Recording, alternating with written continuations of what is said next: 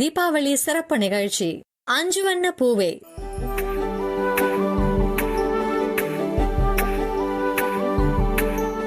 நீங்க கேட்டுட்டு இருக்கிறது விவித் பாரதி தமிழ் FM 102.3 மனங்களில் என்றென்று முழுமையான கொண்டாட்டம். நான் உங்க RJ அருள் செல்வி.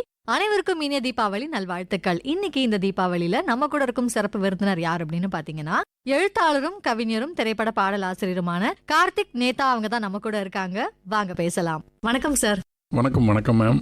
இந்த தீபாவளி அன்னைக்கு உங்களோட இந்த நேர்காணல்ல இடம்பெறது வந்து ரொம்ப ரொம்ப சந்தோஷம். நிறைய கேள்விகள் இருக்கு உங்ககிட்ட கேட்கறதுக்கு. முதல் கேள்வி என்ன அப்படின்னு பாத்தீங்கன்னா, சேலம்ல இருந்து சென்னைக்கு இந்த பயணம் எப்படி அமைஞ்சது?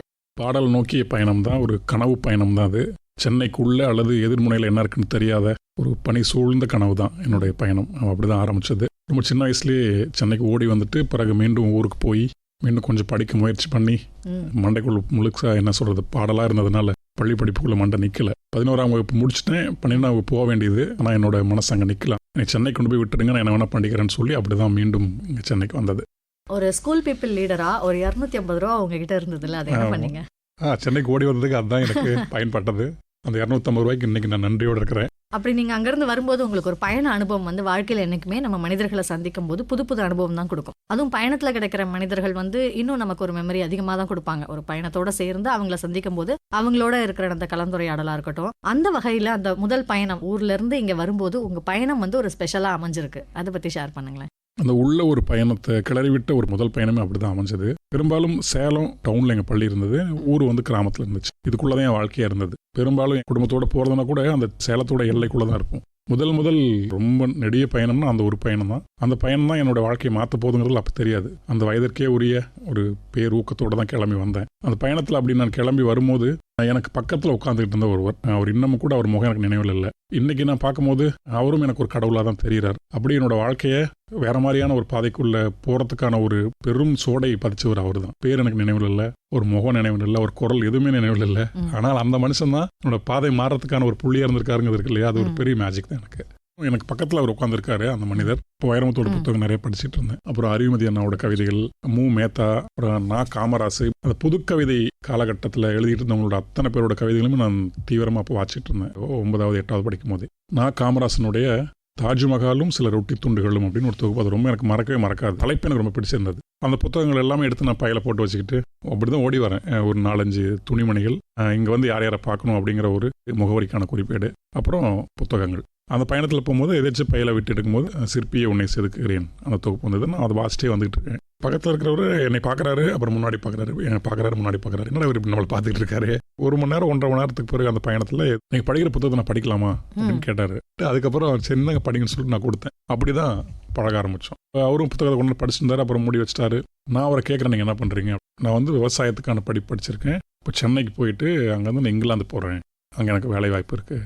இங்கே போய் நண்பர்கள்லாம் சந்திச்சுட்டு கொஞ்சம் பர்ச்சேசிங்லாம் பண்ணிட்டு நான் கிளம்ப போகிறேன். நீங்கள் என்ன பண்ணுறீங்கன்னு. ஐயோ நம்ம என்ன சொல்கிறதுன்னு தெரியலையே, நம்ம ஊரை விட்டு ஓடிக்கிட்டு இருக்குன்னு சொல்ல முடியாது. அது பள்ளிக்கூடத்தை கட் பண்ணிவிட்டு +2 கூட போகல. இப்போ அந்த நேரத்தில் எங்கள் அண்ணன் வந்து ஏரோநாட்டிக் இன்ஜினியரிங் அப்படின்னு ஒரு எக்ஸாம் ஒன்று எழுதியிருந்தது. அப்படின்னு என்னன்னு எனக்கு தெரியாது. இன்ஜினியரிங் தான் தெரியும் ஓரளவுக்கு. அந்த எக்ஸாம் எழுத போயிட்டுருக்குங்க, சென்னைக்கு தான் போகிறேன். அப்படியே பார்க்க ரொம்ப சின்ன பையனாக இருக்கீங்கன்னு சொல்லிட்டேன். ஐயோ கண்டுபிடிச்சி தர இழுத்துட்டு போய் ஊரில் விட்டுருவானுங்க போலையே அப்படின்ட்டு. சின்ன வயசு தானா நீ அப்படின்னு மனசுக்குள்ளே சொல்லுது. அப்படியா, சரி நீங்கள் உங்கள் பரீட்சைகள்லாம் முடிச்சுட்டு நீங்கள் ஓய்வாக இருந்தீங்கன்னா நீங்கள் வாங்க, முகவரி தரேன்னு சொல்லிட்டு ஒரு முகவரியும் கொடுத்துட்டாரு. அவன் எங்கே அவர் பார்க்க போகிறோம் அப்படின்னு எனக்கு ஒரு அந்த நேரத்தில் தப்பிச்சிட்டோம் அப்படின்னு ஒரு மகிழ்ச்சி தான் எனக்கு இருந்தது. அந்த முகவரியை நான் வாங்கி வச்சுக்கிட்டேன். அது மனசில் பதிகிற மாதிரியான முகவரி தான். அவ்வளோதான். சரிங்க, நம்ம பரீட்சையெல்லாம் முடிச்சுட்டு அவங்கள வந்து சந்திக்கிறேன். அப்படியே பிரிஞ்சோம். நான் இங்கே வந்து இறங்கும் போதில் மணி 4 மணி 5 மணி ஆயிடுச்சு, மாலை ஆயிடுச்சு. எனக்கு என்ன ஒரே என்னன்னா, அப்படியே சென்னை போய் இறங்குறோம், நம்ம கையில் வச்சுக்கிற முகவரிகள் ஒருத்தரை பார்க்குறோம். அப்போ சின்ன கவிதைகள்லாம் எழுதியிருப்பேன். அந்த கவிதைகள்லாம் ஒரு சின்ன ஏட்டில் கையெழுத்தாவே இருக்கும். அப்போ பிரிண்ட் பண்ணி கொடுக்கணுங்கிறது எனக்கு தெரியாது. பிரிண்ட்னு ஒன்று இருக்கிறதே எனக்கு தெரியாது. இப்போ ஆமாம், நான் கையிலேயே எழுதுனதை மட்டும் ஒரு சும்மா போட்டு ஸ்டாப்லர் பண்ணி ஒரே தொகுப்பு மாதிரி ஒரு 10 தொகுப்பு எடுத்து சின்னதாக எடுத்து, அது எப்படி நான் பண்ணுவேன்னா, வழக்கமாக ஒரு A4 ஷீட் இருந்துச்சுன்னா அது அப்படி பெருசாக இருக்கும் இல்லையா, அதை 4ஆக மடித்து அதை கட் பண்ணி சின்ன சைஸாக இருக்கும். நோட் புக்கு நீங்களே அது முன்னாடி வந்து முதல் பக்கத்தில் ஒரு சின்னதாக எதனா ஒரு ஓவியம் மாதிரி வரைஞ்சி என்னோட பேர் கார்த்திக்னு போட்டு, அப்போ அலைபேசி கிடையாது, தொலைபேசி தான். அதில் வந்து தொலைபேசியும் கிடையாது. ஏன்னா இங்கே வந்து யாருக்கு நான் கொடுக்க போகிறது தெரியாது இல்லை, மெயிலும் கிடையாது, என் பேர் மட்டும் இருக்கு அதில். அது ஒருத்தரை கொடுக்குறோம். கவிதையை பார்த்தோன்னா அப்படி வியந்து போய், ஆடா அடுத்த பாரதி நீ தான்டா, அடுத்த கண்ணதாசன் நீ தானே சொல்லுவாங்க. நம்ம அடக்கத்தோட ஆமாம் நான் தான் அப்படின்னு. பாட்டு மெட்டுக்கு தான் எழுதணும் கூட எனக்கு தெரியாது. கண்ணதாசன் ஒரு மனுஷன் நம்மளை பாதிச்சிட்டாப்புல நம்ம ஒரு மாதிரி வரணும், அப்படிதான் வந்தாச்சு. வந்து கொஞ்சம் 5-6 மணி ஆயிடுச்சு, எல்லாம் இருள ஆரம்பிச்சிருச்சு சூழலே. அப்பதான் உள்ள வந்து இறங்கி ஒரு இரவு ஆக தான் எனக்கு அப்படியே ஒரு மாதிரி, என்னடா இப்படி வந்து மாட்டிக்கிட்டோம். அந்த 250 ரூபாய் வந்து 30 ரூபாய் 20 ரூபாய் தான் கையில் இருக்கு. ஊருக்கு போக முடியாது, என்ன பண்ணுறதுன்னு தெரியல. அப்பதான் ஒரு 6-7 மணி ஆகும்போது தான் கொஞ்சம் அப்படியே சூடாகுது உடம்பு. இருந்தாலும் துணிவா ஒரு முகவரியாக போய் பார்க்குறேன். நிறைய பேர் பார்க்கவே முடியல. ஒரே ஒரு முகவரி மட்டும்தான் உள்ளே போனேன், எஸ்.ஏ. ராஜ்குமார். அந்த முகவரியை போய் கண்டடைஞ்ச நேரம் வந்து 10 மணி 11 மணி ஆயிடுச்சு. யார் இருப்பாங்களோ என்னன்னு தெரியல. இருந்தாலும் போய் பார்த்தேன், ஒருத்தர் உட்காந்துருந்தார். அவர்கிட்ட போய் நான் சொன்னேன், இந்த மாதிரிங்க நான் பாட்டு எழுத வந்திருக்கேன், ஊர்லேருந்து ஓடி வந்துட்டேன், இந்த மாதிரி சாரை பார்க்கணும், பார்த்து என்னோட கவிதையெல்லாம் கொடுக்கணும். அவர் பார்த்துட்டு சின்ன பையன் நல்லா அவருக்கு தெரிஞ்சிருச்சு. தம்பி நீங்கள் சின்ன பையனாக இருக்கீங்க, இந்த நேரத்தில் வந்ததே முதல்ல தப்பு. 12 மணி 11 மணிக்கு வந்திருக்கீங்க, இந்த நேரத்தில் வந்து யாரையும் பார்க்கக்கூடாது. நீங்கள் வந்து நாளை காலையில் வந்து பாருங்கள். அதுவும் சார் பார்த்துட்டு தான் சொல்லுவார். சார் பார்க்குறோன்னு எனக்கு தெரியாது, நீங்கள் நாளைக்கு காலையில் ஒரு தடவை வாங்க அப்படின்னு சொல்லிட்டாப்புல. அவ்வளோதான். அதுக்கப்புறம் நான் அவட்ட என்ன சொல்ல முடியும், நீங்கள் யாருமே தெரியாதுங்கன்னு சொல்ல எனக்கு மனசு வரல. சரிங்க நாளைக்கு காலையில் நான் வந்துடுறேங்கன்னு சொல்லிட்டு திரும்பி வந்தேன். அப்போ தான் அப்படியே சென்னைங்கிறது ஒரு ஊருங்கிறதே எனக்கு தெரியுது. அது வரைக்கும் கனவு நிலத்திலே இருந்திருக்கேன். சுற்றி முற்றி பார்த்தா ஒன்றும் புரியல. 20 ரூபா தான் கையில் இருக்கு, என்ன பண்ணுறதா ஏது பண்ணுறதான்னு ஒரு மாதிரி இது. அப்புறம் என்ன பண்ணேன்னா, அவர் இருந்த ஏரியாவும் வலசரவாக்கம் தான். அப்போ நான் போன ஏரியாவும் வலசரவாக்கம் தான், எஸ்.ஏ. ராஜ்குமாரோட அலுவலகம். சரி இங்கே ஒரு திண்ணை ஒன்று இருக்குது, கப்பு நீங்கள் படுத்துருவோம். தூங்கி எந்திரிச்சு இங்கே அப்படியே ஆப்போசிட்டில் தானே ஒரு ஆஃபீஸு. அப்படியே எந்திரிச்சோன்னா முதல்ல நம்ம அவரை பார்த்துடுவோம். முதல்ல நம்மளை பார்த்தாருன்னா இதாகிடும் அப்படின்னு நான் ஒரு சென்டிமெண்ட்டுக்குள்ளே அந்த திண்ணையில் போய் படுத்தேன். 1/4 மணி நேரம் கூட இருக்காது, வெளியே வந்து கத்த ஆரம்பிச்சிட்டாங்க அந்த வீட்டுக்காரங்க. கத்தணுன்னு நான் அப்படியே வெளியே வந்துட்டேன். எந்த பக்கம் போகிறதும் திசையும் தெரில. அப்பயும் உள்ளுக்குள்ளேருந்து அந்த குரல் வந்து, பேருந்தில் ஒருவனை பார்த்தாயே, ஓம் சக்தி நகர் ஓம் சக்தி இல்லம், அதை நோக்கி போ அப்படிங்கிறது அந்த குரல். டக்குன்னு அந்த இன்சைட் வந்தோடனே அப்படியே போகிறேன். அந்த டைமில் 11 மணி 11:30 ஆட்களே பெருசாக பிடிக்க முடியல, எந்த பக்கம் போகணும்னு கேட்கறதுக்கு. ஒரு டீ கடை ஓரமாக ஒருத்தர் நின்றுட்டு இருந்தார். அவர்கிட்ட போய் இந்த மாதிரி வலசரவாக்கம் போகணும் அப்படின்னு அவர் வழி சொன்னாப்புல. கரெக்டாக வழியை பிடிச்சு போய் காளிக்கு பல்ல அழுத்துறேன். ஓம் சக்தி இல்லத்தூர்லேருந்து ஒருத்தர் வந்தாப்புல, யாருங்க வேணும் அப்படின்னாரு. அவர் பேர் கூட இப்போ பிறகு ஞாபகம் இல்லை. அவர் பேரை சொல்லி வண்டியில் பார்த்தேன், இந்த மாதிரி நீங்கள் ஃப்ரீயாக இருந்தால் நான் இங்கே தான் இருப்பேன், நீங்கள் வாங்கன்னு சொல்லியிருந்தார், நல்லா பார்க்க வந்திருக்கேன் அப்படின்னு ஒன்று. அவர் இங்கேருந்து குரல் கொடுக்குறாரு, அவர் யாரும் உன்னை பார்க்க வந்திருக்காங்களா அப்படின்ட்டு. அப்புறம் அவர் வந்தார், வந்து வாங்க பாஸ் எக்ஸாம் எழுதிட்டீங்களா? நான் நல்லா எழுதிட்டேன். இப்போ என்னென்னா உள்ளே போக போக போக அவங்கள்ட்ட எப்படி நான் அவங்களை எதிர்கொள்றதுக்கு எனக்கு முடியல. போய் சொல்லியிருக்கோன்னு ஒன்று கனவோட வந்தோம் இல்லையா. போனோம், நம்ம கவிதையை பார்ப்பாங்க, உடனே டியூனை கொடுப்பாங்க, எழுதுறோம், காரில் போகிறோம், பங்களா ஏறுறோம், முன்னாடி பாரு அப்படின்னு சொல்கிறோம். அப்படி ஒரு எண்ணத்தில் தான் வந்து அதெல்லாம் உடஞ்சிருச்சு. அப்புறம் உள்ளே போய் அவர் ரிலாக்ஸ் பண்ணார், என்னையா உட்கார வச்சாரு. ஒரு 1/2 மணி நேரத்துக்கு பிறகு நான் உண்மை சொன்னேன் அவர்கிட்ட. நான் பள்ளிக்கூடம் தான் படிச்சுக்கிட்டு இருக்கேன், +2 போக வேண்டியது எனக்கு போக பிடிக்கல, நான் இந்த பக்கம் வந்துட்டேன், எனக்கு அப்பவே தெரியும்டா அப்படின்ற மாதிரி அவர் ஒரு லுக் விட்டாரு. அப்புறம் ஃப்ரெண்ட்ஸ்லாம் சொன்னாங்க, ஃப்ரெண்ட்ஸ்லாம் எனக்கு பயங்கரமாக திட்டினாங்க. ஆனால் அவர் திட்டல. திட்டி ஒன்றும் இல்லடா, அவன் பயங்கர பித்து பிடிச்சி வந்திருக்கான், பை முழுக்க ஒரு புத்தகமாக வச்சுட்டு தெரியுறான், அவன் என்ன பண்ண முடியும், அதுக்கப்புறம் என்ன பண்ணலாம் சொல்லுங்க அப்படின்னாரு. நான் உண்மை சொல்ல யோசிச்சு அப்படியே உட்காந்துட்டே இருந்தேன். பள்ளிக்கூடத்துலாம் தப்புன்ட்டு அப்படியே தலை குடிஞ்சிருவோம்ல அந்த மாதிரி. அந்த பக்கம் அவங்க வந்து சேலம் முழுக்க நான் எங்கெங்கெல்லாம் போவேன் எல்லா இடத்துக்கும் பார்த்துருக்காங்க. அப்போ அவரே வந்து உங்கள் வீட்டோட தொலைபேசி எண் கொடுங்க, நான் பேசுகிறேன். ஒரே ரிங்லேயே எடுத்துட்டாங்க போல். அவரோ வாங்கி பேசினார். எடுத்து அப்புறம் அவர் இந்த மாதிரி சொன்னார், சார் இங்கே தான் இருக்காரு, இவனு பயந்துக்க வேணா, நாளைக்கு காலையில் வாங்க அப்படின்னு. எங்கள் அப்பா அன்றைக்கி இரவா கிளம்பி வந்து இங்கே எங்கள் அம்மாவோட அக்காலாம் இங்கே தான் இருந்தாங்க, அம்பத்தூரில். அங்கேருந்து அவங்க அண்ணனை கூட்டிகிட்டு அவங்க 2 பேரும் வலசரவாக்கம் வந்தாங்க. அது வரைக்கும் நாங்கள் பேசிக்கிட்டு தான் இருக்கோம். அவங்க வந்து எவ்வளோ ஜாலியாக பேச ஆரம்பிச்சிட்டாங்க. நான் படித்த கவிதைகள், நான் எழுதி வச்சிருந்தது எல்லாமே அப்படியே அவங்கள்ட்ட பாடிட்டு, என்னோட தந்தையும் அந்த எங்கள் அண்ணனும் வந்தாங்க. சிவாஜி கணேசன் அப்படி ஒரு பெர்ஃபார்மன்ஸ் பண்ண வரல, அந்த மாதிரி நானும் பண்ணேன், அவரும் பண்ணேன். அப்புறம் தான் எங்கள் அப்பா அவங்ககிட்ட சொல்கிறாரு, எங்கள் வீட்டுக்கு வந்து நிறைய கடிதங்கள்லாம் வரும், இந்த முகவரிக்கு நீங்கள் வந்துருங்க, உங்களுக்கு நீங்கள் கிடைச்ச வாய்ப்பு உங்களுக்கு தரும்னு சொல்லி அவ்வளோ லெட்டர்ஸ் வந்து எனக்கு வந்திருக்கு. எனக்கே அப்போ தான் தெரியும், நடிகர்கள் தேவை, பாட்டு எழுதுற தேவை, கதையாசிரியர் தேவை, இப்படிலாம் வரும். அதையும் நான் கட் பண்ணி எல்லாம் வச்சு அதெல்லாம் எழுதி போடுவேன். இப்படி வந்து ஒரு 100 கடிதங்கள் கிட்ட வந்துருக்கு. அப்பா எல்லாம் மறைச்சிட்டாரு, அது அங்கே வந்து ஓப்பன் பண்ணுறாரு அவர். இப்போதாங்க புரியுது, நான் அப்போயே அவன்கிட்ட கரெக்டாக இது பண்ணியிருந்தா அவங்க ஓடி வந்திருக்க மாட்டான். அப்புறம் அவர் வந்து ரொம்ப ஊக்கமாக சொன்னார் எங்கள் அப்பாட்ட, நீங்கள் வந்து தம்பி எதுவும் போய் அடிக்காதீங்க, திட்டாதீங்க, வேறு பாதையிலையும் மாற்றாதீங்க, போய் தம்பி வந்து அந்த பள்ளி படிப்பு முடிக்கிறானால பாருங்க, முடிக்கலனாலும் ஒன்றும் இது இல்லை, அவன் இந்த பாதையிலே அவனை விடுங்க, அவனுக்கு நல்லா படிக்கிறதுக்கான வாய்ப்பு மட்டும் அமைச்சு கொடுங்க. ஏன்னா அவன் மண்டைக்குள்ளே ஆணி அடித்த மாதிரி பாட்டு தான் இருக்குது. இரவு முழுக்க நாங்கள் பேசி பார்த்துட்டோம். அவன் கிரியேட்டிவ் அதை பற்றி தான் பேசுகிறான், அவர் எதை பற்றி அவனுக்கு நாட்டமே இல்லைங்கிறது அவர் ஓரளவுக்கு எங்கள் அப்பாட்ட சொல்லிட்டாரு. ஆனால் அப்போதைக்கு எனக்கு என்ன சொல்கிறதுன்னு தெரியல. சரி +2 முடிச்சிடுறேன். அவங்க என்ன ஐடியா கொடுக்குறாங்கன்னா, +2 முடிச்சிட்டிங்கன்னா என்னோட ஃபிசிக்ஸ் டீச்சருக்கு கூப்பிட்டு போகிறாங்க. நான் ரொம்ப க்ளோஸ் ஸ்கூலில் அவர், எனக்கு ஒரு இன்ஸ்பிரேஷன் கூட அவர். பள்ளி கூப்பிட்டு போய் அவர்கிட்ட சொல்கிறாங்க, மணிஷேகர்னு அவர் பேர், இயற்பியல் வாத்தியார்.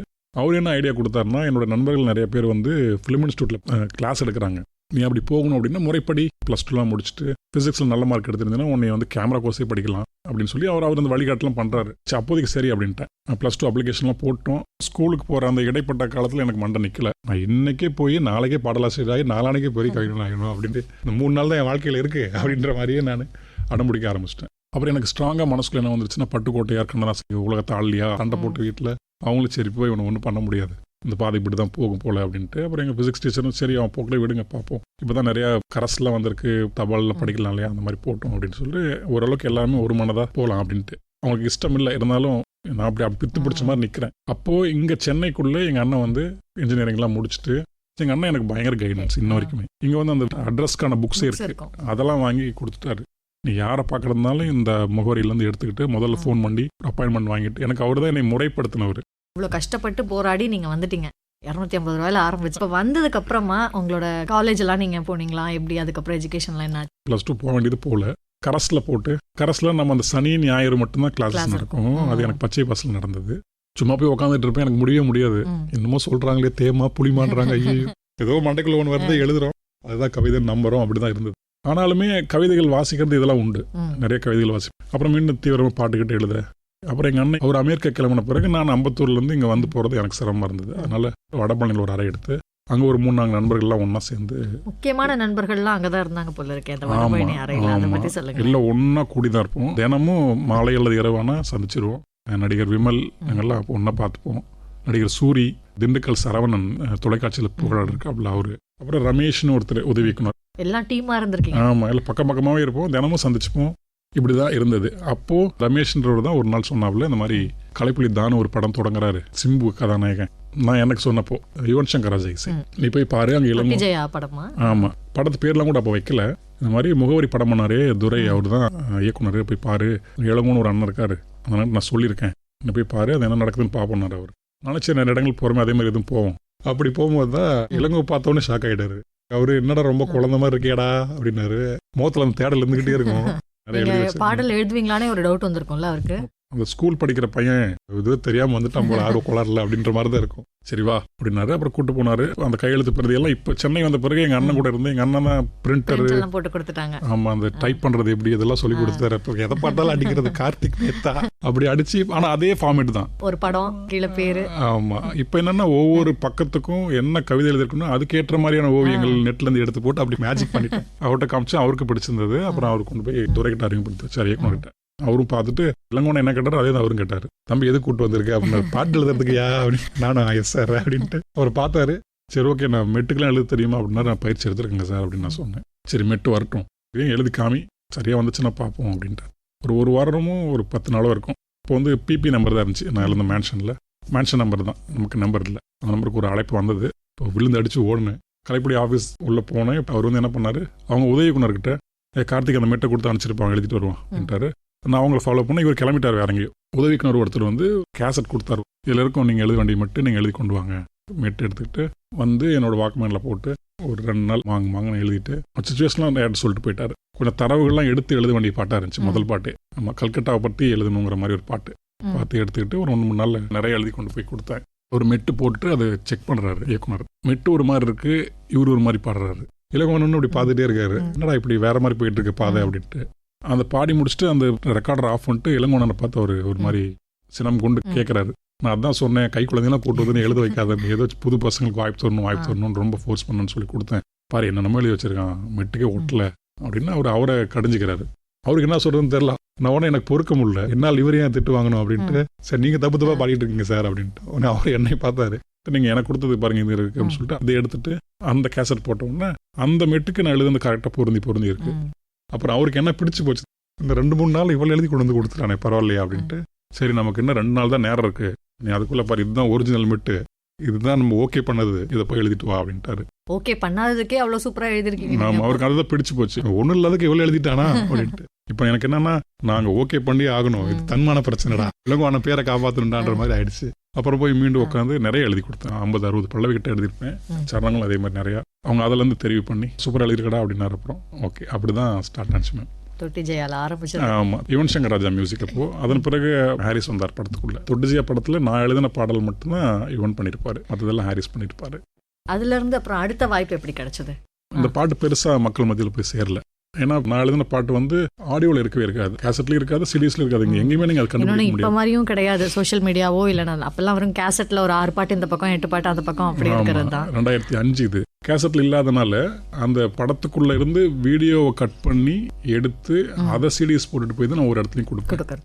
ஒவ்வொரு முறையும் எல்லாத்துட்டையும் யாரை பார்க்க போனாலும் அவங்கள்ட்ட சொன்னா தான் அவங்களுக்கு புரியும். சரி இதில் படத்தில் மட்டும்தான் இருக்குது, சரி வழியில் நம்ம வந்துட்டோம், செஞ்சே ஆகணும் அப்படின்ற மாதிரி அப்படியே போயிட்டு இருக்கும்போது அடுத்த படம் அதோட சரையே ஆரம்பிச்சாரு. எனக்கு எங்கேயுமே வாய்ப்புகள் அமையல. இடையில ஒரு 2-3 வருஷம் அப்படியே தான் போச்சு. அப்புறம் நான் முத்துக்குமார் சார் கிட்ட நீங்க ஒர்க் பண்ணிருந்தீங்க. முத்துக்குமார்ல அப்புறம் தான் நான் பாடல எழுதி ஓரளவுக்கு வந்ததுக்கு அப்புறம் தான் அவர்கிட்ட போனேன். அதுக்கப்புறம் அவரே அதே இளங்கொண்ட கேட்டிருக்காரு, அந்த கார்த்தி பையன் என்னதான் பண்றான் கேட்டிருக்காரு. நான் கூப்பிட்டுருவோம் அப்படின்ட்டு அவர் எனக்கு போன் அடிச்சாரு. அதே பிபி நம்பர் தான். அப்போ அங்கே தான் இருந்தேன். இது மாதிரி தூரம் கேட்டாப்பலப்பா நீ வா, என்னதான் பண்ணிட்டு இருக்கேன், சுற்றி தான் சார் இருக்கேன், சரி அமைய மாட்டேது, சரி வா வா அப்படின்னு சொல்லி அப்புறம் அடுத்து அவரோட நேபாளின்னு ஒரு படம் ஆரம்பிச்சார் இல்லையா, அதில் 2 பாட்டு கொடுத்தாரு. 2 பாட்டுமே சிறப்பாக தான் அமைஞ்சது. அதன் பிறகு இந்த படத்துக்கு 2 பாட்டு ஒன்றும் பெருசாக போய் சேரல. இதுல என்னன்னா ஆடியோல என் பேர் இருக்கு. தைரியமா அடுத்த வாட்டி நம்ம போய் கேட்கும் போது காட்டலாம் இதுல இருக்கு. ஆமா, யாரை போய் பார்த்தாலுமே அந்த ஆடியோ கேசட் எடுத்துக்கிட்டு என்னோட பாட்டு மட்டும் தனியா எடுத்து பதிஞ்சு என்னுடைய பேரு, ஃபோன் நம்பர் 1, பெயில் ஐடிலாம் போட்டு இந்தாங்க தேவன் என்னை கூப்பிடுங்க அப்படின்ற மாதிரி அப்படி ஆரம்பிச்சிச்சு மேம். அதுக்கப்புறமும் சரியா இது இல்லை. ஏன் இப்படி மயக்கினாய் அப்படின்னு ஒரு படம் ஆரம்பிச்சாங்க. யாருன்னா நம்ம சில்லுன்னு ஒரு காதல் படம் பண்ணாரு கிருஷ்ணா, அவருடைய அடுத்த படம். அது சி சத்யா அப்படின்றவர் இசையமைப்பாளர், இன்னைக்கு நல்லா ஃபேமஸான மியூசிக் டைரக்டர். நான் இடைப்பட்ட நேரத்தில் யார் யாரெல்லாம் பார்க்க முடியுமோ, யார் யாரெல்லாம் தொடர்பு இருக்க முடியுமோ எல்லாம் தொடர்பு பண்ணி நிறைய இசையமைப்பாளரோட போய் சும்மா உட்காந்து எழுதிட்டே இருப்பேன். அப்படி பழக்கம் ஆயிடுச்சு நிறையா. அப்படி சி சத்யாவுக்கு கிருஷ்ணா வரும்போது சி சத்யா கார்த்திக் நல்லா எழுதுவாப்ல அப்படின்னு சொல்லி ஏன் இப்படி மயக்கினாய் அப்படிங்கிற படத்துக்கு நான் எழுதுறேன். அது எல்லா பாட்டுமே நான் எழுதுறேன். ஒரே ஒரு பாட்டு மட்டும் நாமத்துக்குமார் நான் எழுதி வச்சுட்டு அந்த படம் எழுதிக்கிட்டு இருக்கும்போது இந்த சுரேஷ் நாங்கள் உதவிக்குனர் இருந்தார். அவரும் லெனின் பாரதின்னு மேற்கு தொடர்ச்சி மலை இயக்குனர். அவங்க 2 பேர் நண்பர்கள். இந்த ஏன் இப்படி மயக்கினாய் நடந்துட்டு இருக்கிற காலகட்டத்திலேயே சுசீந்திரன் ஒருத்தர் எழிலோட உதவி இயக்குனர், அவர் ஒரு படம் பண்றாரு. அந்த படத்துக்கு இணை இயக்குனராக லெனின் பாரதி இருக்காரு. சுரேஷ் என்ன பண்றாப்புல, அவங்க நண்பர்கள்லாம் பேசிட்டு இருக்கும்போது நம்ம படத்துக்கு யாராவது ஒரு பாடலாசிரியர் சொல்றா அப்படின்னு லெனின் பாரதி கேட்க, சுரேஷ் நம்ம படத்துக்கு ஒருத்தன் எழுதியிருக்கான் கார்த்திக்னு 5 பாட்டு எழுதியிருக்கான், அப்படியே அவன் பாட்டுக்கு எழுதிட்டே இருக்கான், நல்லதா கெட்டதெல்லாம் பார்க்க மாட்டான், போயிட்டே இருக்கான், நிறுத்துறான், நான் அவனை அடிச்சு விட்றேன் நிப்பாருன்னு சுரேஷ் சொல்ல, சுரேஷ் நான் போய் லெனினை நான் பார்க்குறேன். லெனினா இப்போ மேலே கீழே பார்த்தாரு, சரிப்பட்டு வந்துடுவான்டா அப்படின்ட்டு நான் சொல்கிறேன் கார்த்திக் அப்படின்னு சொல்லிட்டு சுசீந்திரன் அலுவலகெல்லாம் முறைப்படி போட்ட பிறகு என்னை வர சொன்னாங்க. சுரேஷும் லெனின் பாரதியும் கூப்பிட்டு போய் அங்கே விட்டாங்க. ஒரு பாட்டு கொடுக்கலாம் யார், அவர் ஒரு பரிசு வேற வைக்கிறாரு சுசீந்திரன். உங்களுக்கு எழுத படிக்க தெரியுமா அப்படின்ற மாதிரி. ஐயோ எழுத படிக்க தெரியுமா, கற்றுக்கிட்டயா. வெண்ணிலா கபடி குழுங்கிறது முழுக்க கிராமியம் சார்ந்த படம், நகரமே கிடையாது, கிராமத்து மொழி தான் வேணும், அந்த மாதிரி எதனா எழுதி வச்சிருக்கீங்களா அப்படின்னு அவர் கேட்க, சார் அது ஒரு படத்துக்கு நான் எழுதியிருக்கேன், அந்த படம் இனிமேல் தான் வரப்போகுது, நீங்கள் வேறு கேட்குறீங்களா கிராமிய வரிகள் எழுதியிருக்கேன்னு கேட்குறீங்களான்னு சொல்லிட்டு அந்த வரிகள் நான் அவர்கிட்ட படித்து காமிச்சேன். தம்பி நீ சொல்ல வேணாம், எழுதி கொடுத்துரு அப்படின்னாரு. அவர் படித்து பார்த்துட்டு ஓகே வார்த்தைகள் வருது அப்படின்ட்டு அந்த பாடல் அந்த வருடத்துக்கான சிறந்த வளர்ந்து வரும் பாடலாசிரியருக்கான ஆமாம் அங்கே தான் அந்த மேடையில் தான் முதல்ல என்னுடைய சினிமாவின் 2வது ஆசிரியர் நான் முத்துக்குமாரை பார்த்தேன். அதுக்கு முன்னாடி அறிவுமதி நாட்டம் தான். எல்லாத்துக்கும் ஏதோ ஒரு கனெக்ஷன் இருக்குன்னு சொல்லுவாங்களே, நம்மளோட ஆள் மனசுல நம்ம ஒரு விஷயம் நினைச்சிட்டா அது சார்ந்த விஷயங்கள் நம்மளை தேடி வரும், இல்லை நம்ம அதுக்கிட்ட போவோம், ஏதோ ஒன்று யாரோ ஒருத்தங்க பேசுவாங்கன்னு. நீங்க இது வரைக்கும் சொன்னதுல கேட்கும்போது எல்லாமே ஏதோ ஒருத்தங்க உங்களோட லைஃப்ல இந்த விஷயம் நடக்கணும், நீங்க அங்கிருந்து சென்னைக்கு கிளம்பி வரும்போது அந்த ஒரு வெறியோட வந்திருப்பீங்கல்ல, பாட்டு எழுதணும், பெரிய ஒரு இசையமைப்பாளர் ஆகணும், இல்லைன்னா ஒரு கவிஞர் ஆகணும்ன்ற ஒரு தாட்ல வரும்போது அது அப்படியே நடக்கிறதுக்கு இவ்வளவு பேர் ஹெல்ப் பண்ணிருக்காங்க அப்படின்னு தான் சொல்லணும். நான் முத்துக்குமார் சாரோட ஒர்க் பண்ண அந்த எக்ஸ்பீரியன்ஸ் பத்தி சொல்லுங்க. அந்த மேடையிலேயே முத்துக்குமார் அண்ணனை பார்த்துட்டு, இன்னொன்று முத்துக்குமார் அண்ணா தான் ரொம்ப சிபாரிசும் பண்ணியிருக்காரு. அங்கே ஜூரி மெம்பர்ஸ்ல ஒரு 11 பேர் கிட்ட இருந்திருக்காங்க. லிங்குசாமி அண்ணன், அறிவுமதி அண்ணன், முத்துக்குமார் அண்ணன், இன்னும் வேற ஒரு 5-6 பேர். யார் அதிகமாக ஓட்டு போடுறாங்களோ அதன்படி தான் நமக்கு கிடைக்கும். அப்படிதான் நிறைய பேர் ஓட்டு போட்டிருக்காங்க. முத்துக்குமார் அண்ணா தான் அந்த பாடல் வரிகளை மற்ற ஜூரி மெம்பர்ஸ்கிட்ட சொல்லி விளக்கி, பாருங்க இதில் இப்படி இருக்கு, இது நம்ம தமிழ் சினிமா பாடல் வரலாற்றில் இது கொஞ்சம் புதுசா இருக்கு அப்படின்னு அந்த குறிப்பிட்டு கொடியில் காயும் கோவணம் கூட வானவில்லா தெரியுது, இந்த கோவணங்கிற சொல்லி நம்ம தமிழ் சினிமாவில் அதிகம் பயன்படுத்தாத சொல்லல், அந்த கோவணங்கிற சொல்ல வச்சுக்கிட்டு இவன் ஒரு பொய்டிக்காக ஒன்று அப்ரோச் பண்ணியிருக்கான், அதனால ஒரு நல்ல எதிர்காலம் இருக்கும், பாட்டு கொடுக்கலான்னு அவரு தான் ரொம்ப மெனக்கட்டு சொல்லி, அவரும் அறிவுமதினா ஒரு பெரிய காரணம் இந்த விருதினை வாங்குறதுக்கு. இதெல்லாம் எனக்கு பின்னாடி தான் தெரிஞ்சது. எனக்கு முத்துக்குமார் பார்க்குறேன், அறிவுமதியை பார்க்குறேன்னு எனக்கு கைகள்லாம் ஓடுறது. பிரகாஷ் ராஜெல்லாம் உட்காந்து கையெல்லாம் கொடுக்குறாரு எனக்கு பார்த்துட்டு. இயக்குனர் தரணி இருக்காங்க, எல்லா சினிமாக்காரங்க அத்தனை பேரும் அந்த மேடையில் இருக்காங்க. என்னடா நம்ம அன்னைக்கு நினச்சது இன்னைக்கு நடக்கும் போல அப்படின்ட்டு. அப்புறம் அங்கேயே முத்துக்குமார் என்ன பார்த்து நான் ரொம்ப நன்றிங்கண்ணா, ஒரு படம் போட சொன்னேன், உங்கள் பாட்டெல்லாம் பிடிக்கும்.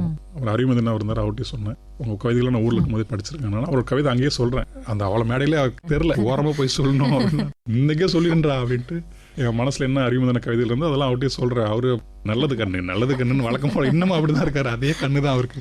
அவர் சொன்னோன்னா அவர் முத்தண்ணா நீங்கள் ஓய்வாக இருக்கும்போது வாங்க தம்பி, வடபழனி பக்கம் தான் ஆஃபீஸ் போட்டிருக்கேன் அப்படின்னாரு. வரங்கண்ணா ஒரு வாரம் கழிச்சு அவரை போய் பார்க்க ஆரம்பிச்சது தான். அப்புறம் அப்படியே அவர் மறைஞ்சு போகிற வரைக்கும் இப்படி தான் அவரோட இருந்தது. அவரோடையும் சரி அறிவுமதி அண்ணாவோடையும் சரி ஒரு அண்ணன் தம்பிங்க எப்படி பழகிறோமோ அந்த ஒரு உணர்வு தான் இருக்கும். அவங்க நமக்கு ஆசிரியர்களாக இருக்காங்க அப்படிங்கிற உணர்வே இருக்காது. அங்கேயே சமைச்சிக்கிட்டு அறிவுமதி அண்ணா ஒரு வேட்டியெல்லாம் மடிச்சு கட்டிட்டு அந்த மாதிரி ஜாலியாக தான் இருப்பார், ரொம்ப குழந்தை மாதிரி தான் இருப்பார். படிக்கணும் அறிவுமதி அண்ணா உள்ளே சின்ன நூலகம் மாதிரி இருக்கும் அந்த அலுவலகத்தில்.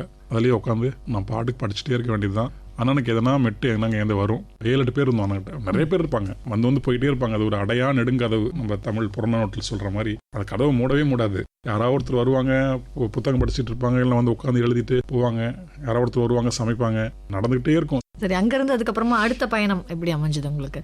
இப்படியே போயிட்டு இருக்கும் போது வெண்ணிலா கபடி குழுக்கு அப்புறம் தான் அந்த ஏணிப்படி மைக்கனா பாடல் மட்டும் வெளியாகுது. இந்த பாடல் தான் அந்த வெண்ணிலா கபடி குழுக்கு அடிப்படையாக இருந்தது. அந்த பாடல் வரிகள் தான். இந்த பயணத்தில் நிறைய பேர் பார்க்குறோம், பிடிக்கும். இதுக்கிடையில் நான் நிறைய கவியரங்கம் போய் கவிதைகள் வாசிக்கிறது, அந்த மாதிரி நல்லா பயிற்சிலாம் ஆயிடுச்சு எனக்கு. இல்லை, தீவிர இலக்கியத்துக்குள்ளே போக ஆரம்பிச்சிட்டேன். புத்தக கண்காட்சி நடக்கும்போது போய் அங்கே சிற்றிதழ்களுக்கான எல்லா சந்தாவும் போட்டு முழுக்க படிக்கிறதே தான். இப்போ நான் இந்த பக்கம் படிச்சுட்டு இருந்ததுக்கும் சிற்றிதழ் படிக்கும் போது என்னுடைய அகம் இன்னும் விரிவடையுது. சினிமா பாடல் வேற, இலக்கியம் வேற, தீவிர கவிதைகள் வேறங்கிறது எனக்கு நல்லா புரிபட ஆரம்பிச்சிச்சு. எனக்கு ஒரு கட்டத்தில் அவர் என்ன ஆயிடுச்சுன்னா, இந்த சிற்றிதழ்கள் இருக்கக்கூடிய மொழி, இந்த தீவிரம் சினிமா பாட்டுக்குள்ள கொண்டு வரணுங்கிற ஒரு எண்ணம் என்னை அறியாம வர ஆரம்பிச்சிருச்சு. இப்போ எனக்கு என்னோட அகத்துக்குள்ளேயே வேற ஒரு பாதை மாதிரி திறந்துருச்சு. வழக்கமாக எழுதுறதை விட ஒரு கொடுக்குற சூழலை வந்து நம்ம கவித்துவமா அணுகணும் அப்படிங்கிறது. அது அறிவுமதியானாட்டு இருந்தபோது இன்னும் ஸ்ட்ராங்காக எனக்கு இருந்துச்சு. நான் அறிவுமதியான கவித்துவமாக தான் எழுதணும் பாரு. ஆனால் முத்தன் அதை ஒத்துக்க மாட்டாரு. முத்தன்னா எளிமையாக இருக்கணும், பெருசா உவமைகள் தேவையில்லை, உருவங்கள் தேவையில்லை, மக்களுக்கு எளிமையான, அவங்களுக்கு புரியுற மாதிரியான லாங்குவேஜில் இருக்கணும்னு அவர் நினைப்பாரு. ஆனால் எனக்கு அறிவுமதியான சொல்றதான் பிடிக்கும்.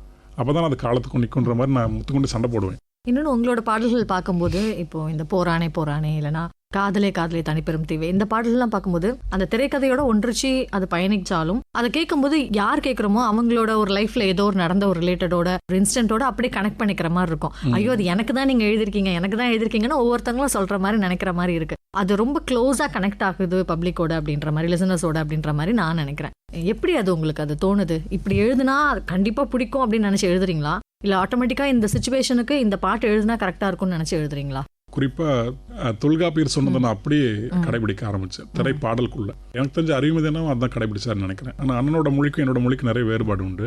அந்த திணை கோட்பாடுன்னு நம்ம தொல்காப்பியரோட சொல்கிறாரு, ரொம்ப அருமையான கோட்பாடு, காலத்துக்கும் நம்ம பெருமைப்பட்டுக்கலாம். அந்த திணை கோட்பாடில் ஒரு பாடலுக்குள்ள செய்யுள் உறுப்புகள்லாம் 32 இருக்கணும், சில குற்றங்கள்லாம் இதெல்லாம் செய்யாதீங்கன்னு சொல்லி தொல்காப்பியர் சொல்லுவார். இதெல்லாம் எனக்கு செய்யாமல் இருந்தீங்கன்னா நல்லாயிருக்கும். அவர் சொல்கிறது ஒரு ஒட்டுமொத்த நூலாக்கத்துக்கே, ஒரு கவிதைக்கு மட்டும் இல்லை.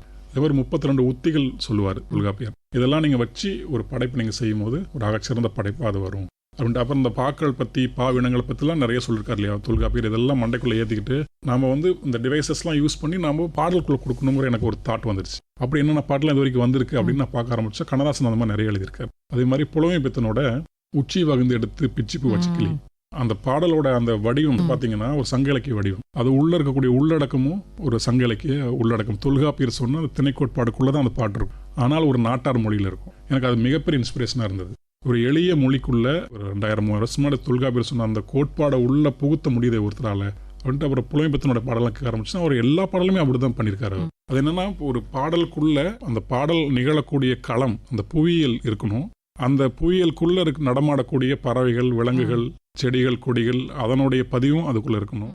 அதே மாதிரி அந்த கதாபாத்திரங்களுடைய உளநிலை அப்படியே வெளிப்படணும். அந்த மொத்த திரைப்படத்தோட கதையுமே அந்த பாட்டுல கண்டிப்பா கனெக்ட் ஆயிருக்கும் அப்படின்னு தான் சொல்ல முடியும். அந்த பாட்டு கேட்கும்போது இந்த படத்தோட அந்த பாட்டு இப்படிதான் இருக்கணும் அப்படிங்கிற மாதிரி இருக்கும். நம்ம வெளியில இருந்து ஸ்கிரீனுக்கு இந்த பக்கம் இருந்து கேட்கும்போது இந்த பாட்டு எனக்கான பாட்டு, நம்மளும் கதையோடய பயணிக்கிறோம், அந்த திரையில இருக்கிற ஃபேமிலியில நம்ம ஒரு மெம்பரா இருக்கிறோங்கிற மாதிரி தான் இருக்கும். அதேதான், அது தொல்காப்பியர் சொல்லி கொடுத்த உத்தி தான் அது. திரைப்பாடலுக்குள்ள மெட்டுக்குள்ள வரும்போது நமக்கு இன்னும் இனிமையா தெரியுது. எல்லா பாட்டும் ஆரம்பத்துல இருந்து இந்த முதல் 3-4 பாட்டு மட்டும்தான் அப்படி இருக்காது. அது என்னை அறியாம அது வெளிப்பட்டிருக்கும். அதன் பிறகு எல்லாமே நான் இதே வெளிப்போடு தான் எழுதுவேன். அந்த பாடலுக்குள்ள அந்த கதாபாத்திரங்கள் இருக்கக்கூடிய புவியில் என்னமோ இருந்துரும். அது அந்த பாட்டை கேட்டீங்கன்னாவே தெரிஞ்சிடும், இது நகரம், இது கிராமம் தெரிஞ்சிடும். இன்னொன்று அங்கே இருக்கிற ஏதாவது ஒரு காக்கா குருவி அதில் எழுதிடுவேன். குறைஞ்சபட்ச பூனை, நாய்க்குட்டி ஏதாவது எழுதிடுவேன். அப்புறம் அவங்க என்ன மாதிரியான சூழல் அப்போ இருக்காங்க அப்படிங்கிறதையும் அதில் வெளிப்பட்டுரும்.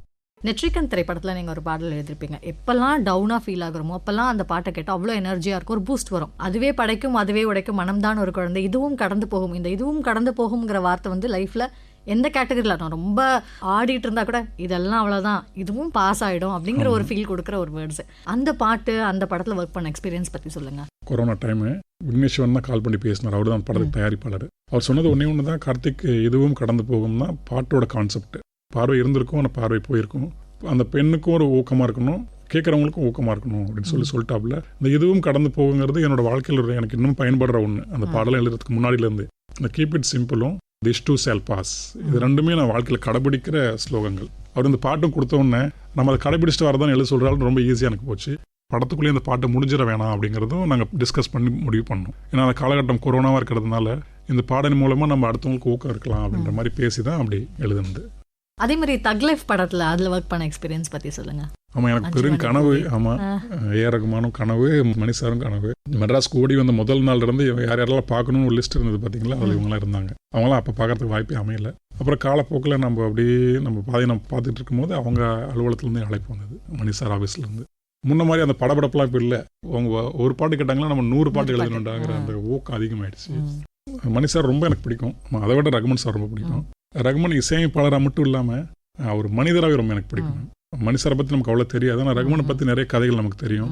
அவரோட வாழ்க்கை முறை ஓரளவுக்கு நமக்கு தெரியும். அவர் எவ்வளோ ஒழுக்கத்தோடு இருக்காரு, இன்னொரு மனிதனை வேல்யூ பண்ணுறது, அடுத்தவங்களோட நேரத்தை புரிஞ்சுக்கிறது, அடுத்தவங்களோட எமோஷன்ஸை புரிஞ்சுக்கிறது, அடுத்தவங்களுக்கு உட்காந்து அவங்க சொல்கிறத காது கொடுத்து கேட்கறது, இப்படி ஒரு மனிதனாகவே அவர் மேலே எனக்கு பெரிய மரியாதை உண்டு. எனக்கு அவர் படத்தில் எழுதணும், அவர் தான் மியூசிக் பண்ணுறாருன்னு எனக்கு அவர் மியூசிக் எழுதுறங்கிறதுலாம் எனக்கு இல்லை. ஏ ரகுமானுங்கிற அவருக்குமே நிறைய இடங்கள் சொல்லியிருக்காரு, அவருக்கும் நிறைய குழப்பங்கள் வந்திருக்கு, நிறைய தப்பான தாட்ஸ்லாம் வந்திருக்கு. ஆனால் அதெல்லாம் அவர் ஓவர் கம் பண்ணி வராரு இல்லையா, அதெல்லாம் அவர் ஷேர் பண்ணிக்கிறார். அதெல்லாம் தான் எனக்கு உள்வழி கிடச்சிருக்கு அவர் லைஃப்ல இருந்து. ஒரு இன்டர்வியூ இன்னும் ஞாபகம் அவரோடது, புக் இன்டர்வியூ தான், ஒரு அச்சில் வந்தது தான். உங்களுக்கு இந்த மாதிரி குழப்பங்களே உங்களுக்கு வராதா, இல்லை உங்களுக்கு கோவம் வராதா அப்படின்னு சொல்லி கேட்குறாங்க. அதுக்கு அவர் சொல்கிறாரு, உங்களோட எனக்கு அதிகமாக வரும், நான் அது வரும்போதே நீ ஏன் வரேன்னு கேட்டு பார்த்துக்கிட்டேன் அப்படின்னு சொல்லி ஒரு பதில் சொல்கிறாரு. இது எனக்கு பெரிய உள்வழி கொடுத்துருக்கு. இந்த மாதிரி அவர் அங்கொன்று இங்கே ஒன்றா சொன்னது எல்லாமே எனக்கு மண்டைக்குள்ளே வச்சு ஏஆர் ரகுமான்னா ஒரு மூத்த அண்ணன், ஆமாம், ஒரு சூஃபி ஞானி அப்படின்ற அளவுக்கு என் மனசுக்குள்ளே இருக்குது. அவர் இசையமைக்கிறாரு, அப்படி தான் எனக்கு தோணுச்சு. அவரோட மியூசிக் நம்ம எழுதி அப்படி பட்டி தொட்டிலாம் பரவி நமக்கு அப்படிலாம் எனக்கு இல்லை. ஏஆர் ரகுமான் ஒரு அருமையான மனிதரோடு நம்ம வேலை செய்ய போகிறோம். அப்படிதான் அங்கே போய் பார்த்ததுக்கப்புறம் இன்னும் அது உறுதி ஆயிடுச்சு. வெளியே பத்திரிகையில் சொன்னதெல்லாம் பொய்யில் உண்மைதான் அப்படின்றது. அவங்க சொல்கிறதோட 200 மடங்கு அதிகமாக இருக்காரு. அந்த செய்கிற தொழில் மேலே அவ்வளோ பக்தியாக இருக்காரு. ஆமாம், அந்த வேலை முடிகிற வரைக்கும் வேறு எந்த சிந்தனையும் இருக்க மாட்டேங்குது. அதே மாதிரி நம்மக்கிட்ட நம்ம எழுதும் போது நம்மளை அப்படி பறந்து விரிஞ்சு இருக்கணும்னு நினைக்கிறாரு அவர். நிறைய ஸ்பேஸ் கொடுக்கும். ஆமாம், குறுகிடக்கூடாதுன்னு நினைக்கிறாரு. அதெல்லாம் பார்க்கும்போது ரொம்ப வியப்பாக இருந்தது. அதுவும் அந்த பாடலுக்கான சூழல் மணி சார் சொல்லும் போது அவர் ரொம்ப அழகாக சொன்னார். 2 வரி 3 வரியில் சொல்லிட்டு போயிட்டேன்ட்டாரு. நீங்கள் தான் எழுதணும், எழுதிருங்க. அந்த இடம் கொடுக்கறது இல்லை மேம், அவங்க 2 பேர்கிட்டையுமே அது உண்டு. நான் சொன்னது தான் வரணும் அப்படின்னு இவரும் இல்லை, இந்த மெட்டை நீ சரிச்சிடவே கூடாது, அங்கே எந்த பேச்சுமே இல்லை. அவங்க என்னென்னா நம்புறாங்க நம்மளை. நம்ம ஒருத்தர் அழைச்சி வந்திருக்கோம், அவங்களோட பாட்டெலாம் கேட்டு தான் நம்ம அவங்களை ஓகே பண்ணியிருக்கோம், அவங்க பண்ணுவாங்க அப்படிங்கிற அந்த ஒரு ட்ரஸ்ட் இருக்குல்ல, அது இவங்க 2 பேர்ட்டையுமே 100% இருக்குது. அவங்க அப்படி நம்மளை நம்புறதுனாலே நமக்கு என்ன ஆயிடுதுன்னா, நம்ம நேர்மையாக எழுதணும், ஆட்டோமேட்டிக்காக நமக்கு வந்து முடிஞ்ச பெஸ்ட்டை கொடுக்கணும் அப்படின்ற ஒரு தாட். அது நம்ம அறியாமல் நம்மளை அது இயக்குது. அப்படிதான் அஞ்சு வண்ண பூவே, விண்வெளி நாயகர் 2மே அப்படிதான் வந்துச்சு. மிகப்பெரிய ஹிட் அப்படின்னு தான் சொல்லணும். ஆமா, நீங்க இப்போ நடிக்கிறதுக்கு காலத்துல இறங்கிருக்கீங்க இல்லையா? நான் இறங்கல மேம், இறக்கி விட்டானுங்க. இது கிணறா, எப்படி வந்தது, அந்த வாய்ப்பு எப்படி வந்துச்சு? நடிக்கணும்லாம் போகலாம் மேம். அது குட்டேங்கிற திரைப்படமே என்னுடைய கடந்த காலத்துல நடந்த விஷயம் தான். அது நான் தான் அவங்களுக்கு என்னோட வாழ்க்கையை அப்படியே வாய்ப்பாடாக சொல்ல அவங்க அதை பதிவு பண்ணிக்கிட்டு அதுல இருந்து திரைக்கதையை அமைச்சு பாடல் இங்கே நீங்கள் பண்ணிருங்க, இங்கே ஒரு கதாபாத்திரம் வருது, கடந்த காலத்தில் நான் பண்ண குறும்பு தான் அது, அது ஏன் இன்னொருத்தர் நடிக்க வைக்கணும், நீங்களே நடிச்சிருங்கண்ணா அப்படின்னு. அது ஷாக்கிங் தான் எனக்கு. சேலத்தில் ஷூட்டிங் நடந்துட்டு இருக்குன்னா நீங்கள் சும்மா வந்துட்டு போங்க, உங்கள் ஊர் தானே. என்னோட கதைங்கிறதுனால என்னோட லைஃப்ல நடந்த நடிக்கல வாழ்ந்துருக்கீங்க, திருப்பி வாழ்ந்த போர்ஷன்ல போய் ஒழுக்க டைம் உள்ள விட்டாங்க மேம். நான் சேலம் வரைக்கும் வந்துட்டீங்க, இதை சேலை பார்த்துட்டு போயிருங்க. சரி பார்க்குறேன், நான் இந்த இடத்துல அப்படி நீங்களே நடிச்சிருங்க. வந்ததே வந்தீங்க, நடிச்சிட்டு சென்னையிலேருந்து ஊருக்கு போகும்போது நீங்கள் அப்போ ஒரு ட்ரெஸ் ஒன்று போடுவீங்களா, அந்த ட்ரெஸ் மட்டும் எடுத்துகிட்டு வந்துருங்கண்ணா. நீங்கள் அப்போல்லாம் ஜுவல்னா போய் போட்டு தானே வாய்ப்பு கேட்பீங்க, அந்த ஜுவல்னா போய் எடுத்துகிட்டு வந்துருங்கண்ணா. இதெல்லாம் எதுக்கு கேட்குறீங்க, சும்மா கொண்டு வாங்கண்ணா, ப்ராப்பர்ட்டிக்கு தேவைப்படுது அப்படின்னாங்க. சரின்னு கொண்டு போயிட்டேன். ஆனால் அது எல்லாமே எனக்கு தானே, எனக்கு அப்புறம் தான் தெரியும். எப்படி இருந்தது உங்களுக்கு அங்கே போய் நீங்கள் தான் நடிக்க போறீங்கன்னு சொன்னதும்? அது நடிக்கிற மாதிரி எல்லாமே வச்சு ஆனால் இப்படி நடங்கன்னாங்க, ஓகே அப்படி இப்படி நடங்க, ஓகே. முக்கியமான விஷயம் இன்னைக்கு வந்து தீபாவளி. ஸோ தீபாவளின்னு ஒன்று உங்கள் ஞாபகத்துக்கு என்ன வருது? சின்ன வயசில் நீங்கள் கொண்டாடின தீபாவளியாக இருக்கலாம், இல்லைனா இப்போ உங்களோட மறக்க முடியாத தீபாவளியாக இருக்கலாம், அதை பற்றி ஷேர் பண்ணுங்களேன். ஒரு 3 கட்டமாக பிரிச்சுக்கலாம்னு நினைக்கிறேன் தீபாவளியை. எங்கள் அப்பா அம்மாவோட குட்டி பையனை பள்ளிக்கூடம் போயிட்டு வந்திருந்தப்போ என்ன தீபாவளி, அது மறக்க முடியாத தீபாவளி. ஏன்னா அதுதான் எனக்கு தெரிஞ்சு ஒளிமயமான தீபாவளி. அதுதான் தீபம் உள்ள ஒளி உள்ள தெரியாத வயசுல ஜாலியா கொண்டாடின தீபாவளி.